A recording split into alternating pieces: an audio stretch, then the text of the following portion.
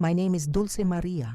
I'm 74 years old, and from this rocking chair where I spend my afternoons here in Granada, Nicaragua, I want to tell you the most painful story of my life, because I know that many of you, my dear sisters, have lived something similar. It was my daughter Esperanza's 45th birthday. I had gotten up at 4 in the morning to make her favorite cake, tres leches with cinnamon, the same recipe my grandmother taught me when I was just a girl in these very streets of Granada. My hands aren't as steady as they used to be, but for my daughter, I would have decorated 100 cakes. I arrived early at her house in Managua with that cake I had made with so much love. I knocked on the door with a smile on my face, expecting the warm hug we'd shared for 45 years. But what I received were words I never thought I'd hear from the little girl I raised with everything I had. "Mama," she said, looking at me with cold eyes I didn't recognize, "the best thing you could do for all of us is disappear from our lives forever." The cake almost slipped from my hands. My grandchildren were there watching, her friends too, all of them waiting for my reaction like I was some kind of burden that had overstayed her welcome. You know what I did? I smiled. Yes, I smiled like I had learned to do my whole life when my soul was breaking. I gave her a kiss on the forehead and said, "May God bless you, my love. Have a beautiful birthday." I walked out of that house slowly with my head held high, carrying my pain like I had carried so many others throughout these 74 years. But inside, my dear sisters, I was crumbling into 1,000 pieces. If you too have felt the rejection of your own children, if you've lived through ingratitude after a lifetime of sacrifices, I invite you to stay with me. Press that little heart, subscribe to this channel that is our sacred refuge, and leave me in the comments if you've been through something like this. Here we all have a voice. Here we are all heard. I remember walking to the bus stop thinking about everything I had sacrificed for that ungrateful daughter. The sleepless nights when she was sick, the jobs I took to pay for her education, the times I went without eating so she could have everything she needed. "Lord," I said, while waiting for the bus back to Granada, "if this is my punishment for something I did wrong, help me understand it. But don't let resentment enter my heart." I got on that old bus, the same route I'd taken countless times to visit her, always bringing something, food, medicine, my grandmother's remedies when the children were sick. The other passengers looked at me carrying that beautiful cake, probably wondering why an old woman was traveling alone with a birthday cake. During that hour-long ride through the Nicaraguan countryside, past the coffee plantations and small villages, I prayed the rosary my mother had given me on my wedding day. Each Hail Mary was like a bandage on my wounded heart. When I finally reached my little house here in Granada, the same house where I raised Esperanza, where she took her first steps, where she cried in my arms over her first heartbreak, I sat in this very rocking chair and asked the Virgin Mary for strength. "Virgencita," I whispered, "help me understand why the child I love most in this world wants me to disappear." 1 hour later, when I had just begun to find some peace in my evening prayers, I heard 3 strong knocks on my door that would change everything forever. When Esperanza said those terrible words to me, I felt like 1,000 daggers had pierced my heart. But you know what? In that moment, standing there in her living room with all those people watching, I remembered something my mother used to tell me. "Mija, a woman's dignity is like her rebozo. No one can take it from you unless you let them." So I smiled. Not because I was happy, God knows I wasn't. I smiled because that's what a lady does when the world is watching her break. That's what we Nicaraguan women learn from our mothers, and our mothers learned from their mothers. I looked at my grandchildren, little Carlos, who's only 8, and Maria Jose, who just turned 12. They were confused, scared even. They didn't understand why their grandmother was being sent away on their mother's birthday. I couldn't let them see their abuela fall apart. I couldn't let them remember me as weak. "Que Dios te bendiga, mi amor," I told Esperanza, and I meant it. Even in that moment of deepest pain, I blessed her, because that's what mothers do. We bless our children even when they curse us. The walk to the bus stop felt eternal. Every step reminded me of all the times I had walked those same streets of Managua, carrying something for my daughter.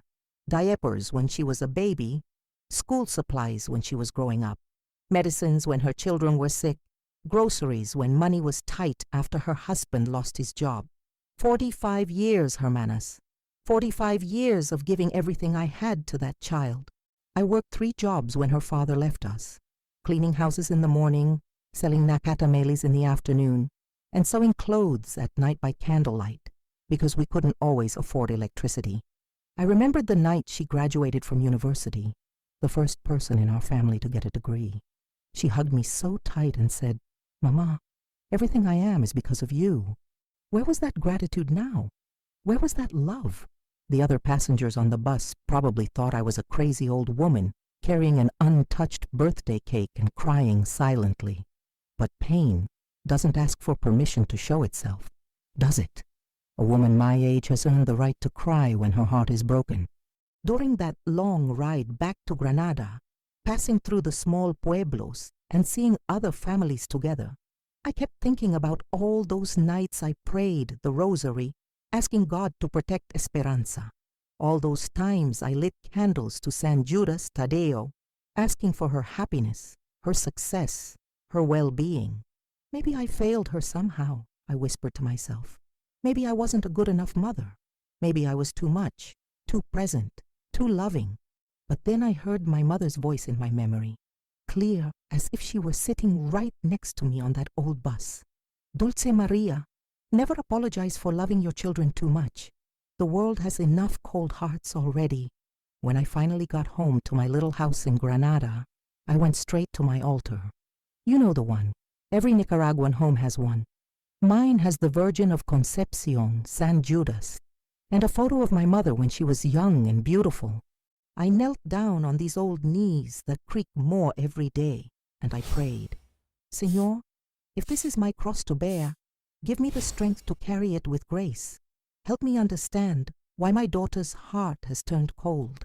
And please, don't let bitterness grow in mine." Sound of evening prayers in the distance. I was still on my knees when I heard those 3 loud knocks on my door. Talk, talk, talk! So urgent, so demanding! My heart started racing because good news never comes knocking that hard at an old woman's door after sunset. Talk, talk, talk! 3 knocks that made me jump from this very rocking chair where I'm telling you my story now. My heart started beating so fast I thought it would burst out of my chest. When I opened the door, I saw 2 policemen with very serious faces. The younger one couldn't have been older than my grandson, and the other looked like he'd seen too much sadness in his years of service. "Are you Dulce María Esperanza Morales?" the younger officer asked me. "Yes, I am. Did something happen?" "Señora, we need you to come with us. Your daughter Esperanza Morales has had a very serious accident." My legs turned to jelly. The world started spinning around me like one of those horrible nightmares where you're falling and can't wake up. How was this possible?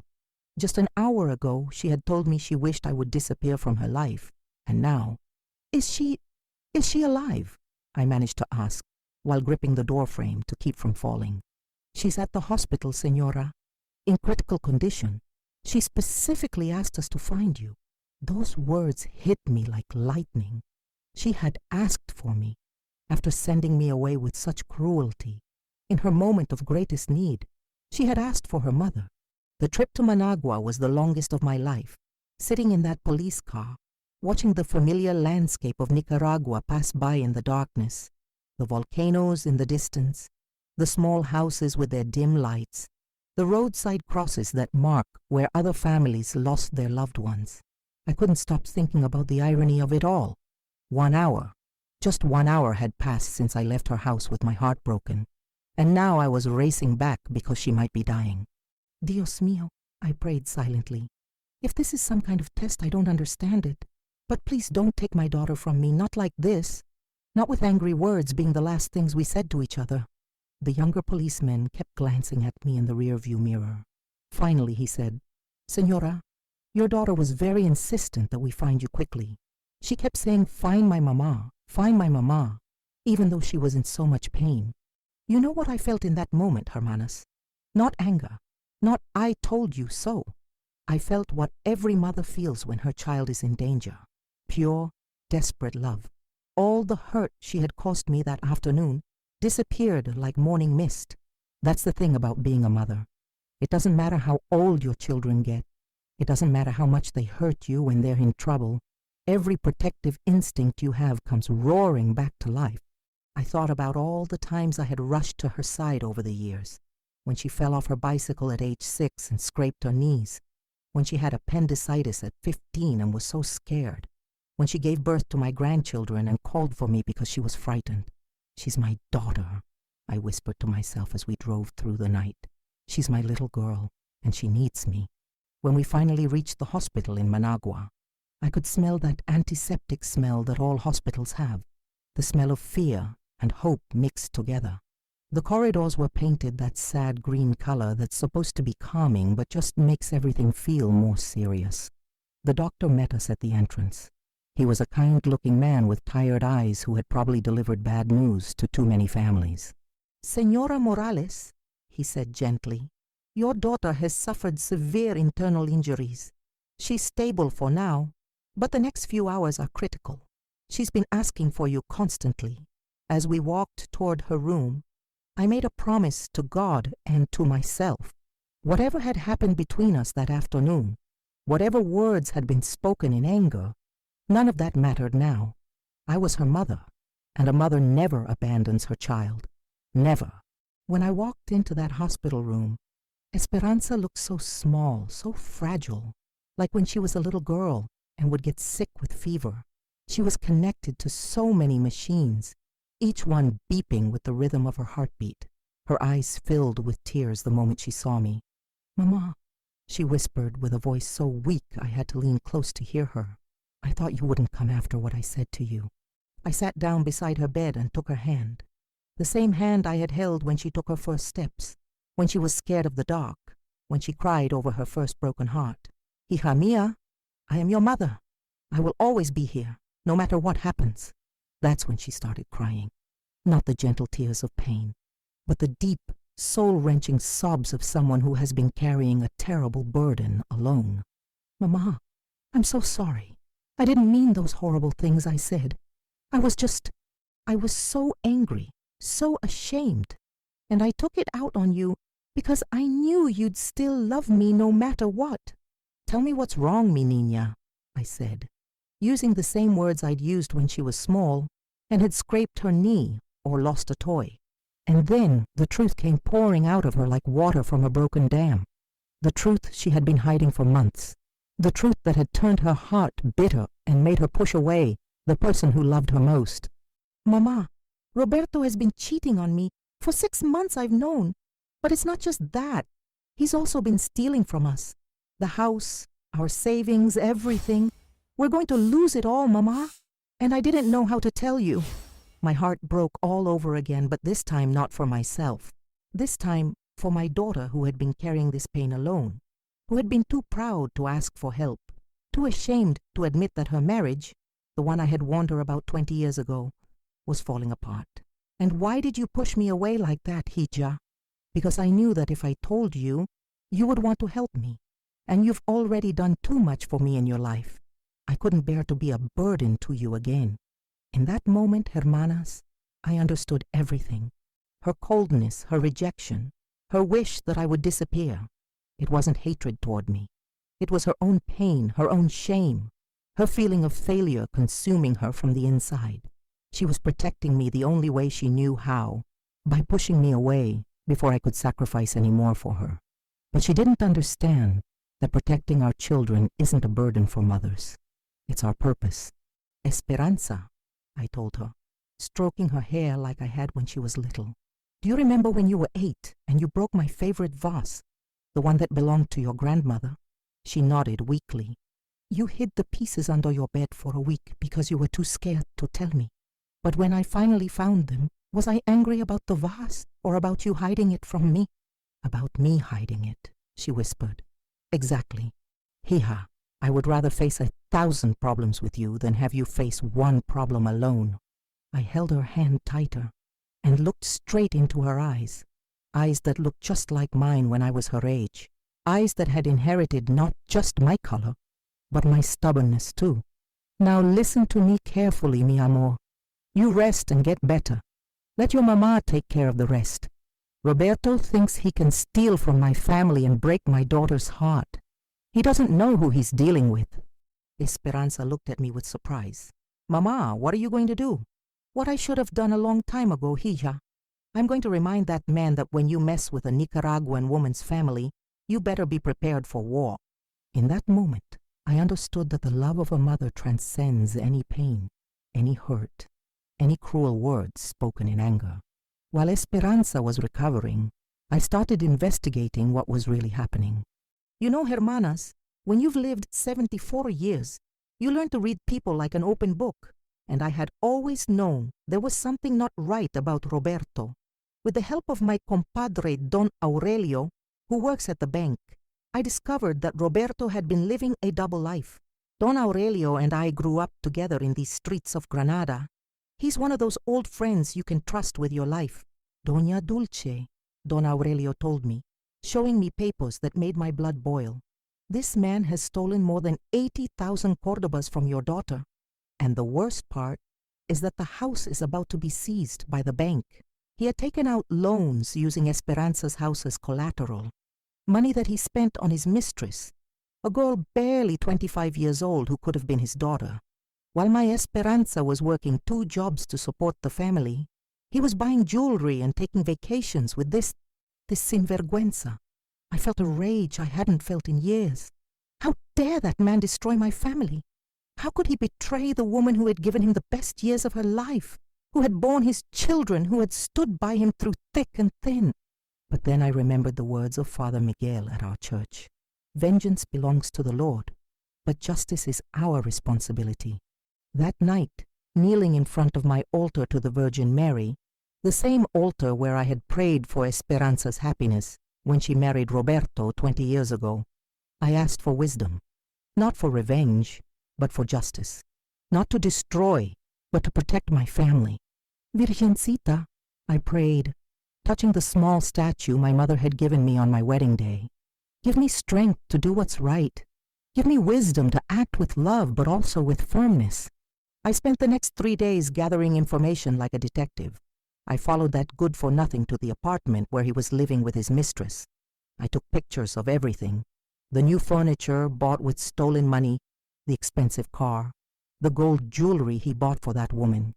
My neighbor Esperancita, who works at a law firm, helped me understand the documents. Doña Dulce, she told me, what Roberto did is fraud. He could go to prison for this. But I had a better plan. A plan that wouldn't just recover the money, but would teach that man what it means to betray a family. You see, hermanas, I learned something important during those dark days. Sometimes we women think that being good means being passive, that being Christian means letting people walk all over us. But that's not what the Bible teaches. Even Jesus got angry when he saw injustice in the temple. He didn't just pray about it. He took action. One afternoon, when Roberto came to the hospital to visit Esperanza with his fake worried husband act, I was waiting for him in the hallway. He looked surprised to see me there, probably thinking I was just a harmless old woman who would cry and beg. "Roberto," I said, with the firmest voice I could muster, "we need to talk alone." I led him to the hospital cafeteria and put all the photos, all the documents, all the evidence of his betrayal on the table in front of him. His face turned white as a sheet. "Doña Dulce, I can explain." "No," I said, looking him straight in the eye. "Now you're going to listen to me, and you're going to do exactly what I tell you. Or tomorrow these photos and documents go to the police and to your job." The Virgin Mary had heard my prayers, because in that moment I knew exactly what I had to do. Roberto was trembling like a leaf while I explained my plan to him. Yes, hermanas, at 74 years old, this little old lady showed him that when it comes to protecting family, a mother becomes a lioness. You have 2 options, I told him, looking straight into his lying eyes. First, you return every penny you stole. You sign the divorce papers without asking for anything, and you disappear from our lives forever. Second, tomorrow all of Nicaragua finds out what you did. You go to jail, and you lose everything anyway. "But Doña Dulce, I don't have all that money." then you better start figuring out how to get it. You have 1 week. You know why I did this, hermanas? Not for revenge. I did it because I learned something very important in my 74 years. Forgiving doesn't mean being stupid. Loving doesn't mean letting people walk all over you. I had seen too many women in my life, my own mother, my sisters, my neighbors, suffer in silence because they confused Christian forgiveness with doormat behavior. But Jesus never said we should let people destroy our families while we smile and pray. During that week, I became like a general commanding an army. Don Aurelio helped me track Roberto's assets. My neighbor Esperancita explained the legal procedures. Even Doña Carmen from the market, who has 7 children and knows how to handle difficult men, gave me advice. Dulce María, she told me while I was buying plantains, "You're doing the right thing. That man needs to learn that Nicaraguan women are not to be trifled with." Roberto sold the car. He returned the furniture. He even took the jewelry away from his mistress. Can you imagine her face when she realized her sugar daddy was broke? I followed up on every single detail. When he tried to hide some money in his mother's account, I found out. When he attempted to keep a small apartment for himself, I discovered it. This old woman had become a detective, and I was very good at it. The funniest part was watching him try to explain to his mistress why suddenly he couldn't afford their expensive dinners and weekend trips. Within 3 days, she had found herself a new boyfriend with deeper pockets. "Doña Dulce," Roberto begged me on the 5th day. "Please, I've learned my lesson. I've returned everything." "Not everything," I told him. "You still owe my daughter 20 years of trust that you destroyed. You still owe my grandchildren the security you stole from them. And you still owe me an apology for thinking you could fool an old woman." On the 7th day, exactly 1 week after our conversation, Roberto appeared at the hospital with 2 things: a bank statement showing that all the money had been returned to Esperanza's account, and divorce papers already signed. But more than that, hermanas, he brought something I hadn't expected: genuine remorse. "Doña Dulce," he said, and for the first time in 20 years he looked me in the eye with respect. "I don't know how you did all this, but I understand now that I messed with the wrong family." When Esperanza got out of the hospital, she had 2 surprises waiting for her: all her money recovered and divorce papers signed. But the biggest surprise was seeing her old mother in a completely new light. "Mama," she said, crying with relief and admiration, "how did you do it?" "Hija mía," I replied, hugging her tight. Never underestimate the power of a mother who truly loves. But the story doesn't end there, because the hardest part was still to come: helping my daughter heal her broken heart. Recovering the money was easy compared to what came next: helping my daughter understand that she wasn't weak for being deceived, and that she wasn't a failure for choosing the wrong man. The night Roberto signed those divorce papers, Esperanza and I sat right here in this rocking chair together, just like when she was little and needed comfort after a nightmare. "Mama," she said, her voice full of shame, "I feel so stupid. How could I not see what kind of man he really was? How could I let him fool me for so long?" "Hija," I told her, "the person who trusts is never the fool. The fool is the one who destroys that trust." You know, hermanas, this is something we need to teach our daughters and granddaughters. We live in a world that tells women we're responsible for men's bad behavior, that if a man cheats, we must not have been good enough wives, that if a man steals, we must have been too trusting. But that's not true. Roberto's actions were his choice, his responsibility, his sin, not Esperanza's. "Listen to me carefully," I told my daughter that night. "You gave that man 20 years of loyalty, love, and respect. You worked 2 jobs to support the family when he was unemployed. You raised his children. You cared for his mother when she was sick. You stood by him through every difficulty. If he chose to throw all that away for a young girl and easy money, that says nothing about your worth as a woman. It says everything about his character as a man." We spent hours talking that night. I told her about her grandfather, my first husband, who left me pregnant and alone when I was just 22. I told her how I thought it was my fault, how I blamed myself for not being enough to keep him. "But Abuela Maria, your mother, told me something I never forgot," I said. She said, "Mija, a real man doesn't leave when things get difficult. A real man doesn't run from responsibility. And a woman's job is not to change a man. It's to recognize whether he's worthy of her love. That's when I saw the change in Esperanza's eyes. For the first time since the hospital, she wasn't looking down in shame. She was looking straight ahead with the dignity of a woman who understands her own worth. "You know what, Mama?" she said, and I heard strength returning to her voice. "I did nothing wrong. I loved honestly, I trusted completely, and I gave everything I had. If he couldn't appreciate that, it's his loss, not mine." "Exactly, mi niña. And now you're free to find someone who deserves what you have to offer. Or better yet, you're free to discover how strong and complete you are, all by yourself." The next morning, Esperanza did something that made my heart swell with pride. She went to the bank, opened a new account in only her name, and transferred all the recovered money there. Then she went to a lawyer and made sure Roberto could never touch her finances again. "Mama," she told me when she came home, "I want to ask you something. Would you consider moving in with me? Not because I need you to take care of me, but because I want us to take care of each other." Hermanas, at 74 years old, I was being invited not to be a burden, but to be a partner, not to be tolerated, but to be valued. On one condition, I told her with a smile. "We start that bakery business we always talked about. You have the education, I have the recipes, and together we have the wisdom to make it work."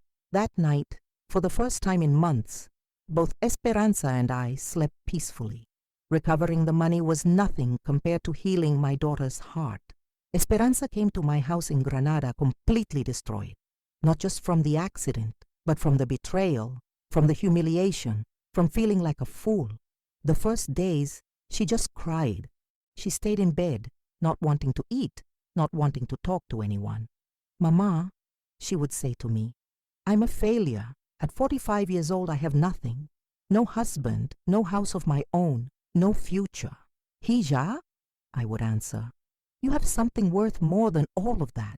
You have life, you have health, and you have a mother who will never abandon you." Little by little, sitting right here in this rocking chair during the afternoons, we began to heal together. I told her about my own disappointments, about the times I also felt like a failure, about how prayer and faith had sustained me through the darkest moments. "You know what's the most beautiful thing about starting over at 45, I asked her one day. "You have all the wisdom of experience, but you still have time to be happy." We started going to Mass together on Sundays. Father Miguel, who has known me for 30 years, spoke with Esperanza about forgiveness. Not just forgiving Roberto, but forgiving herself. The Lord, Father Miguel told her, doesn't judge us by our failures, but by our capacity to get back up. I watched my daughter slowly come back to life. She started helping me in the kitchen, remembering the recipes I had taught her when she was young. She began to smile again when her children called from Managua. She even started talking about dreams she had put aside years ago. "Mama," she said one evening while we were making rosquillas together, "I had forgotten how peaceful it feels to just be, without trying to fix a broken marriage, without walking on eggshells, without pretending everything was fine. We would sit here in the evenings, watching the sunset over the Granada rooftops, talking about everything and nothing. She told me about dreams she had given up when she married Roberto. Dreams of traveling, of learning new things, of maybe even finding love again someday. But this time, the right kind of love. "You know what I realized, Mama," she said one night. "I spent 20 years trying to be the perfect wife for an imperfect man. I lost myself trying to make him happy, and he was never going to be happy anyway. That's when I knew my daughter was truly healing. When a woman stops blaming herself for a man's choices, when she stops making herself smaller to make him feel bigger, that's when real healing begins. Esperanza," I told her, "you are not broken goods because one man didn't know your value. You are a treasure that was temporarily in the wrong hands." The real breakthrough came when she started talking about the future with excitement instead of fear. She had ideas for our bakery business, plans for her children's education, dreams of maybe even buying a little house near mine someday. "I feel like I'm meeting myself again," she told me. "The woman I was before I became Mrs. Roberto, whatever his name was." the woman who had her own thoughts, her own dreams, her own strength. One Sunday after Mass, Father Miguel pulled me aside. "Doña Dulce," he said, "whatever you're doing with Esperanza, keep doing it. I haven't seen her look this peaceful in years. You know what I learned during those months, hermanas? Sometimes God allows our hearts to break, not to destroy us, but to make room for something better to grow. My dear sisters, if someone had told me a year ago that my daughter and I would be living together again, happy and at peace, I wouldn't have believed it. But God has plans that we don't understand." Esperanza started helping me with a small bakery business from home. It turns out she inherited my talent for cooking. Now we make cakes for birthdays, weddings, quinceañeras. The house always smells like cinnamon and vanilla. "Mama," she said to me one day while we were decorating a tres leches cake, "forgive me for saying those horrible things to you on my birthday. That wasn't what I really felt." "Hija, that's already forgiven and forgotten. What matters is what we have now. Our little business started growing by word of mouth. You know how it is in Nicaragua. When someone makes good food, the whole neighborhood finds out within a week. Soon we were getting orders from Managua, even from people in Costa Rica who heard about our traditional recipes. We created our own system. I handled the traditional recipes, the ones passed down from my grandmother, the secrets that can't be written down because they're measured by touch and instinct. Esperanza manages the business side, taking orders, calculating costs, dealing with suppliers. "Look at us, Mama," she said one morning, both of us covered in flour, laughing like schoolgirls. Two businesswomen in our own right. 6 months after Roberto left, we saw him at the Central Market. He was alone, looked terrible, had lost his job. His young mistress had left him when the money ran out. What a surprise, right? He approached us hesitantly. I could see Esperanza tense up, but not with fear, with pity. "Esperanza," he said, his voice full of regret. "I was an idiot. I lost the best woman in the world for an illusion." My daughter looked at him with compassion, but without pain. "Roberto, I forgive you, but that chapter of my life is closed. Could we try again? I've learned my lesson." Esperanza looked at him calmly, then at me, then back at him. "Roberto, I spent 20 years trying to change you into the man I needed you to be. Now I've learned that I don't need you to be anything at all." That night, Esperanza hugged me and said something that made my heart soar. "Mama, thank you for teaching me that a woman doesn't need a man to be complete. She just needs self-love and faith in God." Our bakery business kept growing. We saved enough money to rent a small storefront in the center of Granada. Can you imagine? At 74 years old, I'm going to be a business owner. But you know what the most beautiful part is? We're not living together out of necessity, but by choice. We're not mother and dependent daughter. We're partners, friends, companions. I never thought I'd say this, Esperanza told me last week, but getting divorced was the best thing that ever happened to me. It forced me to remember who I am when I'm not trying to be what someone else wants me to be. My grandchildren visit us every weekend now. They love helping in the kitchen, learning the family recipes. Little Carlos said to me last Sunday, "Abuela, I want to learn to make tres leches so I can open my own bakery when I grow up." "And I'll teach you, mi amor," I told him. "But first you have to promise me something, that you'll always treat women with respect, that you'll never make anyone feel small to make yourself feel big." Today, Esperanza and I are planning to expand our business. We want to hire other women from the neighborhood, especially older women who people think are too old to start something new. Because, hermanas, if there's one thing I've learned in these 74 years, it's that we women are like the phoenix.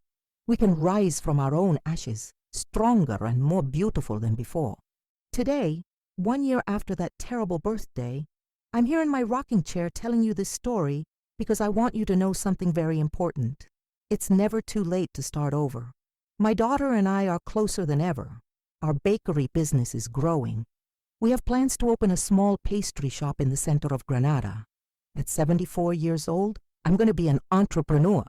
But the most beautiful thing of all is that I got my daughter back, not just as a daughter, but as a friend, as a companion, as my right hand. We live together not out of necessity, but by choice. Yesterday was Esperanza's 46th birthday. This time I didn't have to arrive early with a homemade cake and hope for a smile. This time we baked the cake together, laughing and sharing stories while we worked. "Mama," she said, while we were putting the finishing touches on her favorite tres leches cake. "Do you remember what I said to you last year?" Yeah, that's in the past. No, let me say this. Last year I told you the worst thing you could do was disappear from my life. Today I want to tell you the truth. The best thing that ever happened to me was you refusing to disappear. My dear sisters who are listening to me, if you too have gone through rejection from your children, through betrayals, through moments where you thought you had nothing left to offer the world, let me tell you this. Your value is not determined by what others think of you. Your purpose doesn't end when you reach a certain age, and a mother's love always finds its way back to her children's hearts. This morning, our little bakery received an order for a wedding cake for 200 people. The bride specifically asked for us because she heard about the mother and daughter who make cakes with love. That's our reputation now. We make everything with love. But you know what the real miracle is? It's not the business success. It's not even that Esperanza and I reconciled. The real miracle is that I learned something at 74 years old that I wish I had known earlier. We women spend so much time trying to be what others need us to be that we forget to be who God created us to be. We shrink ourselves to fit into spaces that were never meant for us. We silence our voices to keep peace with people who were never going to appreciate us anyway. Last month, a young woman came to our bakery. She was crying because her husband had been cheating on her, and she felt like her life was over at 35 years old. Esperanza and I sat with her, gave her coffee and fresh bread, and shared our story. When she left, she hugged us both and said, "If you two could start over at your ages, then I certainly can start over at mine. That's why I'm telling you this story, hermanas. Not just to share my pain, but to share my victory. Not just to show you my wounds, but to show you my healing. Every week, women come to our bakery not just for bread and cakes, but for hope. They see a 74-year-old woman and her 46-year-old daughter who refused to let betrayal and rejection define them.